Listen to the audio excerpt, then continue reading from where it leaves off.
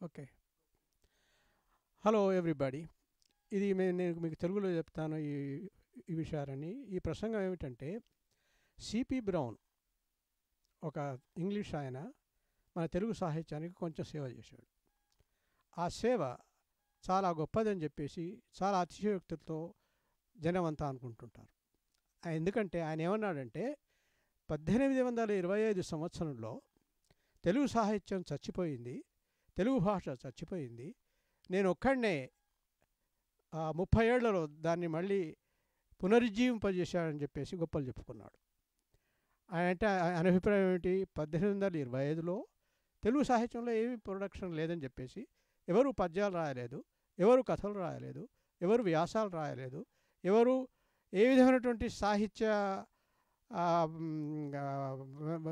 సాహిత్యపరమైనటువంటి పనులు చేయలేదని చెప్పేసి ఆయన అన్నాడు. అనడమే కాకుండా 30 ఏళ్లలో అంటే 1855 వరకు లోపల తను ఈ భాషను పునరుజ్జీవింపజేశాడు, అంటే దానికి వేరే ఒక జీవాన్ని కలిగించాడని చెప్పేసి అని అన్నాడు. అయితే ఈ విషయాన్ని చాలామంది నమ్మారు. ఎవరు తమకు ఏవైతే ఇంట్రెస్ట్ ఉన్నాయో వాళ్ళకి ఎవరికైతే ఈ ఇంట్రెస్ట్ ఉందో వాళ్ళంతా కూడా ఈ విషయాన్ని నమ్మి దాన్ని ప్రచారం తీసుకొచ్చాడు. అయితే ఈ విషయాన్ని గురించి నేను ఆలోచించి చాలా పరిశోధించాను. ఈ పరిశోధిస్తే నాకు తెలిసింది ఏమిటంటే, ఈ ఈ స్టేట్మెంట్ ఏదైతే ఉందో సిపి బ్రౌన్ చేసింది, అది కంప్లీట్లీ బేస్లెస్ అనేటువంటి ఒక కంక్లూజన్కి నేను వచ్చాను. ఎందుకంటే 1825 ప్రాంతంలో ముగ్గురు గొప్ప సాహితీవేత్తలు తమ రచనలను రచించారు. ఒక ఆయనేమో త్యాగయ్య గారు సంస్కృతం పండితుడు, తర్వాత తెలుగు పండితుడు. ఆయన సంగీతంలో మహా గొప్ప జ్ఞాని. ఆయన ఎన్నో పదాలు రాశారు. ఆల్మోస్ట్ 24,000 పదాలు రాశారని చెప్పేసి అంటారు. మనకి ప్రస్తుతానికి ఒక 1000 దొరుకుతుంది. అంటే అదే పీరియడ్ లోపల ఏదైతే 1825 అని తెలుగు సాహిత్యం చచ్చిపోయిందనని ఈ సిపి బ్రౌన్ అన్నాడో, అదే సంవత్సరంలో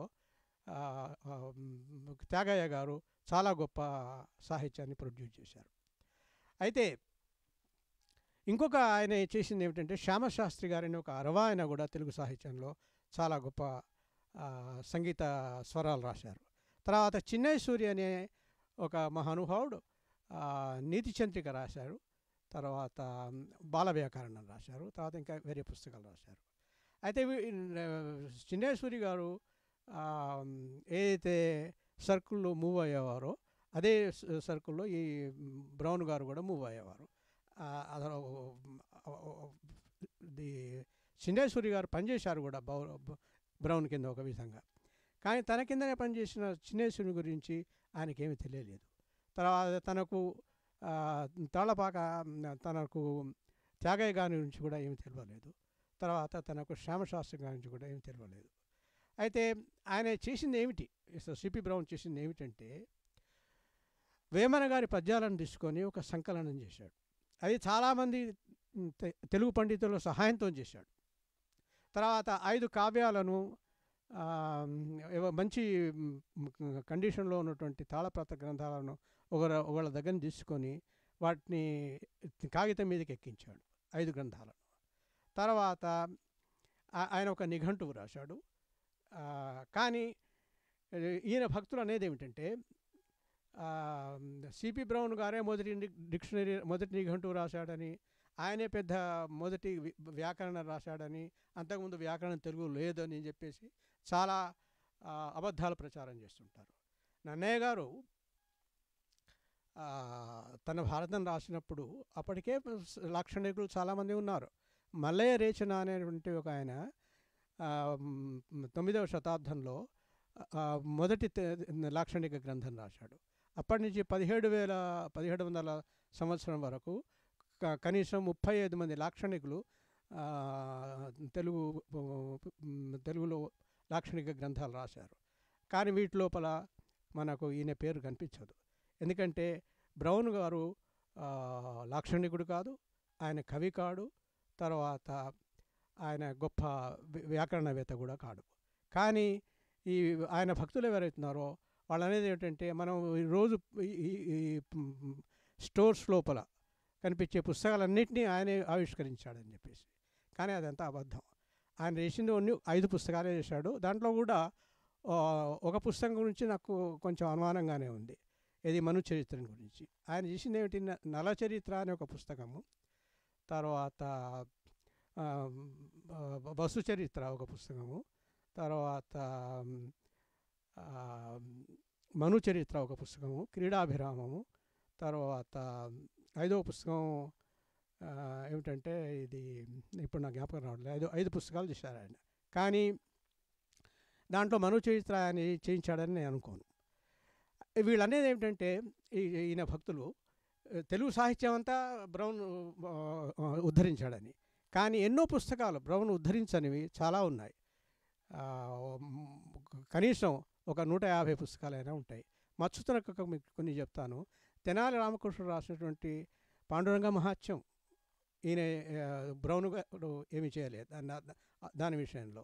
తర్వాత పింగళి సూర్యం రాసినటువంటి కళాపూర్ణోదయాన్ని విషయంలో ఆయన ఏం చేయలేదు. తర్వాత కేతన గారు రాసిన దశకుమార చరిత్ర గురించి ఆయన చేయలేదు. తర్వాత నన్నచూడు రాసినటువంటి కుమార సంభవాన్ని గురించి ఆయనేమి చేయలేదు. తర్వాత ఎర్రన్న గారు రాసిన హరివంశాన్ని గురించి కానీ, శ్రీనాథుడు రాసిన అనేక కావ్యాలను గురించి కానీ ఆయన ఏమీ చేయలేదు. తర్వాత ఆంధ్ర మహాభారతం, భాగవతం విషయాల గురించి కూడా వేరే వాళ్ళు తీసుకున్నారు, కానీ ఆయన ఏమి చేయలేనటువంటి దృష్టాంతాలు ఉన్నాయి. అయితే ఇన్ని దృష్టాంతాలు ఉన్నప్పుడు తెలుగు వాళ్ళు ఎంతో గొప్పగా తమ సాహిత్యాన్ని గౌరవిస్తూ వాటిని పోషిస్తూ వచ్చినప్పుడు ఏదో ఇంగ్లీష్ వాడు ఏదో వచ్చి చేశాడనేటువంటి ఈ అబద్ధ ప్రచారం ఎందుకు చేస్తున్నాను అనేది అది మనం అందరం కనుక్కొని ఇది మార్చాలని చెప్పి మన తెలుగు సాహిత్య చరిత్రను మార్చాలని చెప్పేసి నేను మిమ్మల్ని అందరినీ కోరుతున్నాను.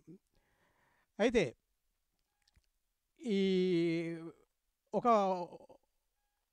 అభిప్రాయం ఉన్నది ఏమిటంటే, ఈ బ్రౌన్ భక్తులంతా కూడా త్యాగయ్య గారి సాహిత్యం కాదని అనవచ్చు. కానీ త్యాగయ్య గారి సాహిత్యం కాదని అనడానికి ఎవరు లాక్షణికులు, ఎవరు నిర్ణయిస్తారు? అది బ్రౌన్ గారు నిర్ణయిస్తారా, బ్రౌన్ గారి భక్తులు నిర్ణయిస్తారా, లేకపోతే చరిత్రకారులు సాహితీవేత్తలు నిర్ణయిస్తారా, లేకపోతే ప్రజలు నిర్ణయిస్తారా అనేటువంటిది ముఖ్యమైనటువంటి విషయం. ఇప్పుడు తెలుగు సాహిత్యంలో ఎన్నో పోకడలు ఉన్నాయి. మీరు మహాప్రస్థానం చూడండి, అదొక విధమైనటువంటి గ్రంథము. లేకపోతే ముత్యాల సరాలు చూడండి, అదొక విధమైన గ్రంథము. లేకపోతే శివతాండవం చూడండి, అదొక విధమైన గ్రంథము. మరి దీంట్లో కవిత్వం ఇది కాదు అని చెప్పగలిగినటువంటి లాక్షణికులు ఎవరున్నారు? ఎవరూ లేరు. మనం ఏమని తెలుసుకున్నాము 20వ శతాబ్దం లోపల? కుక్కపిల్ల, సబ్బుబిళ్ళ ఇవన్నీ కూడా సాహిత్యానికి అర్హాలని చెప్పేసి. అటువంటప్పుడు త్యాగయ్య గారి సాహిత్యం కాదా? అయితే మరి దీనికి కారణం ఇలా ఎందుకైంది అంటే, మనకు కొంచెం బ్రౌన్ గారి మనస్తత్వాన్ని గురించి కొన్ని మనం పరిశోధించాల్సి వస్తుంది. చాలామంది ఇంగ్లీష్ వాళ్ళు తాము లేకపోతే భారతదేశం ఉండదనేటువంటి అభిప్రాయంతో ఉన్నవాళ్ళు. వాళ్ళలో చర్చిల్ ఒకడు, జోన్స్ ఒకడు, అదే కోవకు చెందినటువంటి వాడు సిపి బ్రౌన్. అంటే మేము లేకపోతే భారతదేశం ఉండదు అన్నాడు. కానీ వాళ్ళు చాలా తప్పు అభిప్రాయం అది. వాళ్ళు ఉన్నా లేకున్నా కూడా భారతదేశం జరుగుతూనే ఉంటుంది. వీళ్ళ అవసరం అసలు లేదు, ఇంగ్లీష్ వాళ్ళ అవసరం మనకు అసలు లేదు. అయితే తన వెంటనే ఉన్నటువంటి తన సమకాలికులైనటువంటి ఈ ముగ్గురి విషయాన్ని ఆయనకు తెలియదు. అయితే వేమన పద్యాలను గురించి ఒక సంకలనం చేశాడని అందరూ ఒప్పుకుంటారు. సరే, అందరూ చాలా గొప్పగా అంటారు. కానీ ఈ ఇంగ్లీష్ వాళ్ళకంటే ముందే ఫ్రెంచ్ వాళ్ళు చేశారు. ఫ్రెంచ్ వాళ్ళు ఏం చేశారు? వేమన గారి పద్యాలను తీసుకొని ఫ్రెంచ్ భాషలోకి అనువదించి దాన్ని ఫ్రాన్స్లో పబ్లిష్ చేశారు. అంటే ఫ్రెంచ్ వర్షన్ ఏదైతే ఉందో వేమన గారిది, అది మొదటి తెలుగు గ్రంథం ప్రపంచం వాళ్ళు చూసింది. అంచేత ఆ మొదటి విషయం కూడా సిపి బ్రౌన్కి దక్కలేదు. తర్వాత నిఘంటువులు రాసింది నన్నయ్య గారు. తను విపుల శబ్ద శాసనుడు అని వర్ణించుకున్నాడు, విపుల శబ్ద శాసనుడు అని. అయితే ఆయన యొక్క శబ్దాలను శాసించాడు ఆయన, అంటే వర్డ్స్ శాసించాడు ఆయన. ఆయన వ్యాకరణం లేకుండానే తన ఆంధ్ర మహాభారతాన్ని రాశాడంటారా? కాదు. ఆయన వ్యాకరణం రాసి ఆ వ్యాకరణం ప్రకారం తన ఆంధ్ర మహాభారతాన్ని రాశాడు. అంచేత మొదటి వ్యాకరణం బ్రౌన్ రాశాడు అనేటువంటిది ఒక అబద్ధం అందరికీ చెప్పేది వీళ్ళంతా. తర్వాత మొదటి నిఘంటు విషయంలో కూడా క్యాంబెల్ అనే ఒక ఇంగ్లీష్ ఆయన, తర్వాత మామిడి వెంకయ్య అనే ఒక తెలుగు ఆయన, ఇద్దరు కూడా బ్రౌన్ కంటే ముందుగానే నిఘంటువు రాశారు. మరి వాళ్ళంతటా వాళ్ళ కష్టాలతోనే వాళ్ళు ఈ గ్రంథాలను రాశారన్నమాట. మామిడి వెంకయ్య గారి కథ చాలా జాలిగా అనిపిస్తుంది.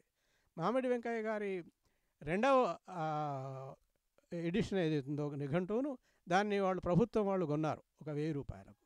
కొని దాన్ని ఆయన పేరు మీద ప్రచురించకుండా ఆయనకు క్యాంబెల్కి ఇచ్చారు. అయితే క్యాంబెల్ పేరు మీద ఆ పుస్తకాన్ని ప్రచురించారు. అంటే ఏదో పెద్ద గ్రంథచౌర్యం. తర్వాత రెండో విషయం ఏమిటంటే,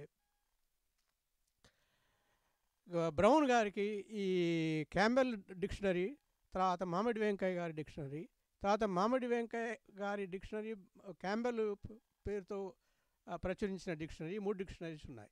తర్వాత ఆయనకు చాలామంది తెలుగు పండితులు సహాయం కూడా చేశారు.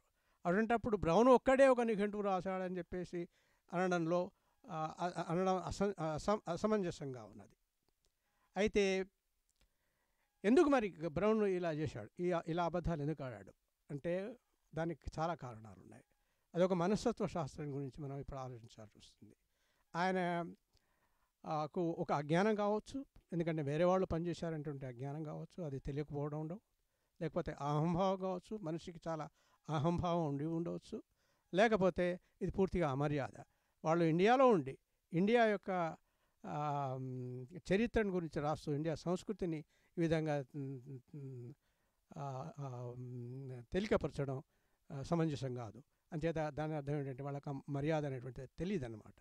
సో ఈ విషయాల వలన నేను మీతో అర్థించేది ఏమిటంటే, నేను రాసిన ఆర్టికల్స్ చదవండి. నేను మధురవాణిలో ఆర్టికల్ రాశాను, అది పబ్లిష్ అయింది బ్రౌన్ గురించి. అది చదవండి. చదివి ఏ విధంగా బ్రౌన్ మనకు